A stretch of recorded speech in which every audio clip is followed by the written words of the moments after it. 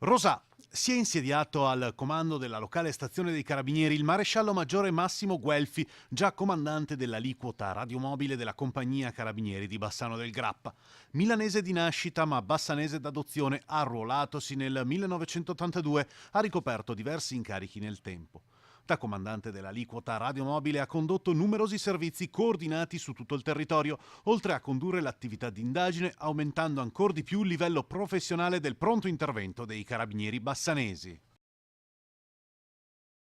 Bassano. Il presidente della regione del Veneto ha conferito la medaglia d'oro per meriti speciali all'agente di polizia locale bassanese Claudio Fabbro.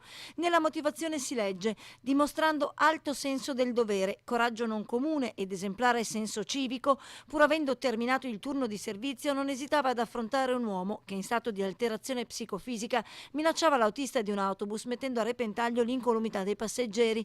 Dopo violenta colluttazione che gli causava lesioni permanenti all'occhio destro, non desisteva dall'inseguire l'uomo, riuscendo a fermarlo e scongiurando più gravi conseguenze.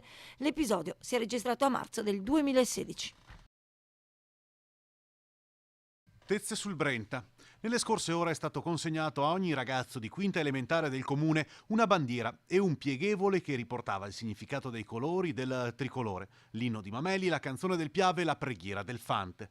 Erano presenti il sindaco con alcuni assessori, la preside, il comandante della polizia municipale, il vicepresidente nazionale dei Fanti Raffaele Cecchin e il vicepresidente provinciale Giovanni Casella. Dopo una cerimonia al monumento, il gruppo si è spostato nell'auditorium delle medie. Qui, dopo aver ascoltato dei pensieri scritti dai ragazzi e delle poesie e ascoltato alcuni interventi delle autorità presenti, si è passati alla cerimonia di consegna delle bandiere.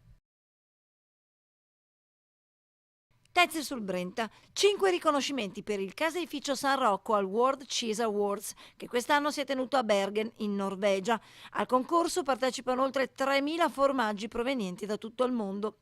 I giudici internazionali arrivano da vari settori. Ci sono critici gastronomici, gourmet, cuochi, ristoratori, produttori ed una moltitudine di scrittori e giornalisti del cibo che in una saggia alla cieca assegnano dei punteggi. Per l'edizione 2018-2019 il caseificio San Rocco ha inviato 5 tipologie di formaggi, ottenendo una medaglia Super Gold per l'Asiago, poi 2 ori, un argento e un bronzo.